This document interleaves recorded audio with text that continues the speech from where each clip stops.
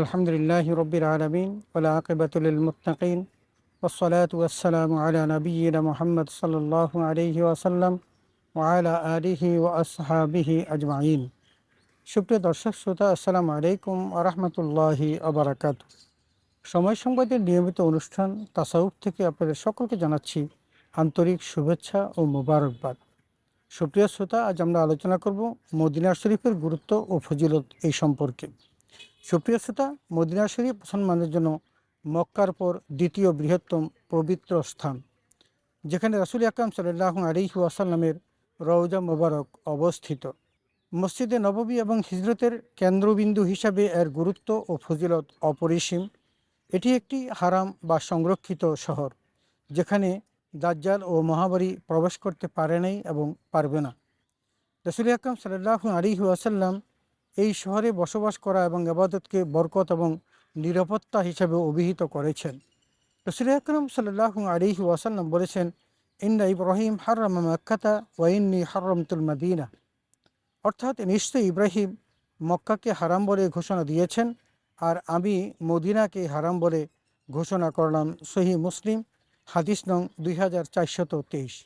এই হাদিস স্পষ্ট করেছে যে রাসূল আকরাম সাল্লাল্লাহু আলাইহি ওয়াসাল্লাম মদিনাকে হারাম ঘোষণা করেছেন, যেমন হারাম ঘোষণা করেছিলেন হযরত ইব্রাহিম আলাইহিস সালাতু ওয়াসসালাম মক্কাকে। তার মানে এটি কি পবিত্র শহর, এবং এই শহরের জন্য একটা নির্ধারিত এলাকা আছে, যে এলাকাটি পবিত্রতম স্থান হিসাবে সংরক্ষিত, এবং সেই বিষয়টি এই হাদিস দ্বারা স্পষ্ট প্রতীয়মান হয়েছে।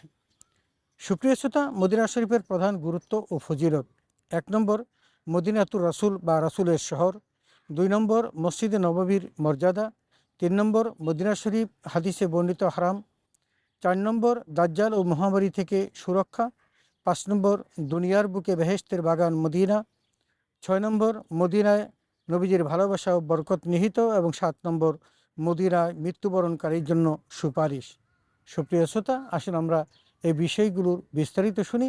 আল্লাহ তাআলা আমাদের সকলকে মদিনার মর্যাদা এবং তার ফজিলত সম্পর্কে বুঝার তৌফিক দান করুন, আমিন। সুপ্রিয় শ্রোতা, মদিনাতুর রাসূল বা রাসূলের শহর, এটি প্রিয় নবী রাসূল আকরাম সাল্লাল্লাহু আলাইহি ওয়াসাল্লামের শহর, যেখানে তিনি মক্কা থেকে হিজরত করে মৃত্যু অবধি 10 বছর যাবৎ অবস্থান করেছেন। অনেক যুদ্ধে তিনি এখানে থেকে নেতৃত্ব দিয়েছেন, ইসলামী হুকুমত কায়েম করেছেন। মক্কায় জন্মগ্রহণ করলেও মদিনাকে তিনি নিজের শহর হিসাবে ঘোষণা দিয়েছেন। মদিনার প্রকৃতিকে তিনি অন্তর দিয়ে ভালোবেসেছেন, এবং ইন্তেকালের পর এখানেই তিনি সমাহিত আছেন।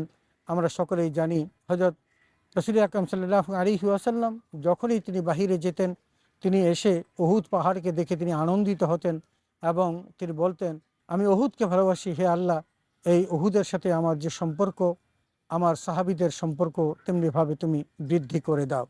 2 নম্বর, মসজিদে নববীর মর্যাদা। সুপ্রিয় শ্রোতা, মসজিদে নববীর মর্যাদা অপরিসীম। শুধু 1-2টি হাদিস দ্বারাই তা সীমাবদ্ধ নয়, বরং অসংখ্য হাদিস আছে এই মসজিদের মর্যাদা সম্পর্কে।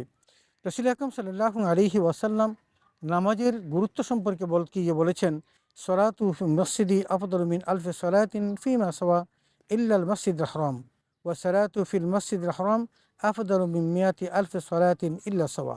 অর্থাৎ, আমার এই মসজিদে 1 ওয়াক্ত নামাজ আদায় করলে মসজিদুল হারাম ব্যতীত অন্য মসজিদে 1000 বার নামাজ আদায়ের সওয়াব পাওয়া যায়। সুনানে ইবনে মাজাহ হাদিস নং 1406, মুসনাদে আহমদ হাদিস নং 14694। রাসূল আকরাম সাল্লাল্লাহু আলাইহি ওয়াসাল্লামের এই হাদিস স্পষ্ট প্রতীয়মান যে, যদি কোনো ব্যক্তি এই মসজিদে নববীতে 1 ওয়াক্ত নামাজ আদায় করবে, তার 1000 রাকাত নামাজ আদায়ের সওয়াব তার জন্য আল্লাহ রাব্বুল আলামিন লিপিবদ্ধ করবেন। অন্য একটি হাদিসে রাসূল আকরাম সাল্লাল্লাহু আলাইহি ওয়াসাল্লাম ইরশাদ করেছেন, মান সাল্লা ফি মসজিদি 40 সালাতান লা ইয়াফুতুহু কুতিবাত লাহু বারাআতুম মিনান নার নাজাতা মিনাল আযাব ওয়া বারিউম মিনান নিফাক। অর্থাৎ, যে ব্যক্তি আমার মসজিদে 40 ওয়াক্ত নামাজ পড়বে, কোনো নামাজ ছুটবে না, তার জন্য জাহান্নাম থেকে মুক্তি ও আযাব থেকে মুক্তি লেখা হবে, এবং সে মুনাফিকি থেকে মুক্তি লাভ করবে। তাবারানী ফিল আওসাত হাদিস নং 544। সুপ্রিয় শ্রোতা, এই হাদিস দ্বারা স্পষ্ট, কোনো ব্যক্তি যদি ক্রমাগতভাবে 40 ওয়াক্ত নামাজ এই রাসূল আকরাম সাল্লাল্লাহু আলাইহি ওয়াসাল্লামের মসজিদে আদায় করে এবং কোনো নামাজ তার ফৌত না হয় এবং ছুটে না যায়, তাহলে তিনি 3টি জিম্মাদারি থেকে মুক্তি লাভ করবেন। একটি জিম্মাদারি হলো তিনি ওই জাহান্নামের আযাব থেকে মুক্তি পাবেন, তাকে আযাব স্পর্শ করতে পারবে না, এবং তাকে নেফাকত থেকে আল্লাহ তাআলা মুক্তি দান করবেন। তার মানে তিনি কখনো মুনাফিক হিসাবে সাব্যস্ত হবেন না। 3 নম্বর, মদিনা শরীফ হাদিসে বর্ণিত হারাম শরীফ। সুপ্রিয় শ্রোতা, রাসূল আকরাম সাল্লাল্লাহু আলাইহি ওয়াসাল্লামের মদিনাতুর রাসূল বা মদিনা শরীফ, যেটা একটি পবিত্রতম শহর হিসাবে ঘোষণা রাসূল আকরাম সাল্লাল্লাহু আলাইহি ওয়াসাল্লাম নিজেই বলেছেন। এবং আব্দুল্লাহ ইবনে জায়েদ থেকে বর্ণিত হাদিসে রাসূল বলছেন যে ইন্না ইব্রাহিম হাররামা মক্কাতা ওয়া দাআ লি আহলিহা ওয়া ইন্নী হারামতুল মদিনাতা কামা হাররামা ইব্রাহিম মক্কাতা। অর্থাৎ ইব্রাহিম মক্কাকে হারাম ঘোষণা দিয়েছেন এবং তার বাসিন্দাদের জন্য দোয়া করেছেন। মক্কাকে ইব্রাহিম যেমন হারাম ঘোষণা দিয়েছেন, আমিও তেমন মদিনাকে হারাম ঘোষণা দিচ্ছি। সহিহ বুখারী হাদিস 2129। সুপ্রিয় শ্রোতা, হযরত ইব্রাহিম যেরকম মক্কাকে হারাম ঘোষণা করেছেন, ঠিক তেমনি আমরা দেখতে পাই যে রাসূল আকরাম সাল্লাল্লাহু আলাইহি ওয়াসাল্লাম মদিনাকে হারাম ঘোষণা করেছেন এবং মদিনার এলাকাটি হারাম হিসাবে চিহ্নিত এবং সেটা পবিত্র স্থান হিসাবে ঘোষিত। 4 নম্বর, দাজ্জাল ও মহামারী থেকে সুরক্ষা। রাসূল আকরাম সাল্লাল্লাহু আলাইহি ওয়াসাল্লামের এই হাদিস থেকে স্পষ্ট প্রতীয়মান যে আল্লাহ রাব্বুল আলামিন এই মদিনা শরীফকে দাজ্জাল থেকে এবং মহামারী থেকে সবসময় সুরক্ষিত রাখবেন। যেমন বর্ণিত হাদিসে রাসূল আকরাম সাল্লাল্লাহু আলাইহি ওয়াসাল্লাম ইরশাদ করেছেন, আলা ইনকাবিল মদিনাতি মালাইকাতুন লা ইয়াদখুলুহাল তাউন ওয়াদ দাজ্জাল। অর্থাৎ মদিনার প্রবেশপথগুলোতে ফেরেশতারা পাহারা দেয়, তাই মহামারী ও দাজ্জাল মদিনায় প্রবেশ করতে পারবে না। সহিহ বুখারী হাদিস নং 1867। সুপ্রিয় শ্রোতা, 5 নম্বর, দুনিয়ার বুকে বেহেশতের বাগান মদিনায়।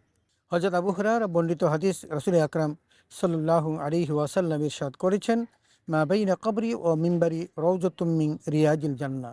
অর্থাৎ মসজিদ সংলগ্ন আমার ঘর এবং আমার মিম্বরের মধ্যবর্তী স্থানটি বেহেশতের বাগানসমূহের একটি বাগান। সহিহ বুখারী। সুপ্রিয় শ্রোতা, আমরা সকলেই জানি রাসূল আকরাম সাল্লাল্লাহু আলাইহি ওয়াসাল্লামের ঘর যেখানে ছিল এবং তিনি যেই মিম্বরে দাঁড়িয়ে তিনি খুতবা দিতেন, এই দুইটার মধ্যবর্তী জায়গাটিকে রওজাতুম মিন রিয়াজিল জান্নাহ বলা হয়। আজও হাজী সাহেবগণ মদিনাতে গেলে অ্যাপসের মাধ্যমে সেখানে ঢুকেন এবং সেখানে নামাজ পড়েন, দোয়া করেন এবং আল্লাহ তাআলা সেই জায়গার দোয়া কবুল করেন। অতএব দুনিয়ার বুকে বেহেশতের বাগান হিসেবে চিহ্নিত জায়গাটি হলো এই মদিনা শরীফে, যেটাকে রিয়াজুল জান্নাহ বলা হয়ে থাকে। 6 নম্বর, মদিনায় নবীজির ভালোবাসা ও বরকত নিহিত। রাসূলুল্লাহ সাল্লাল্লাহু আলাইহি ওয়াসাল্লাম মদিনার ভালোবাসার জন্য এবং বরকতের জন্য আল্লাহর কাছে দোয়া করেছেন। রাসূলুল্লাহ সাল্লাল্লাহু আলাইহি ওয়াসাল্লাম যে ভাষায় দোয়া করেছেন, আসুন আমরা একটু শুনে আসি। নবীজি আল্লাহর কাছে দোয়া করেছেন, আল্লাহুম্মা জাআল বিল মাদিনাতি তাইফাই মা জাআলতা মক্কাতা মিনাল বারাকা। অর্থাৎ, হে আল্লাহ, আপনি মক্কায় যে বরকত দিয়েছেন, মদিনায় তার দ্বিগুণ বরকত দান করুন। সহিহ বুখারী হাদিস নং 1885, সহিহ মুসলিম হাদিস 1360।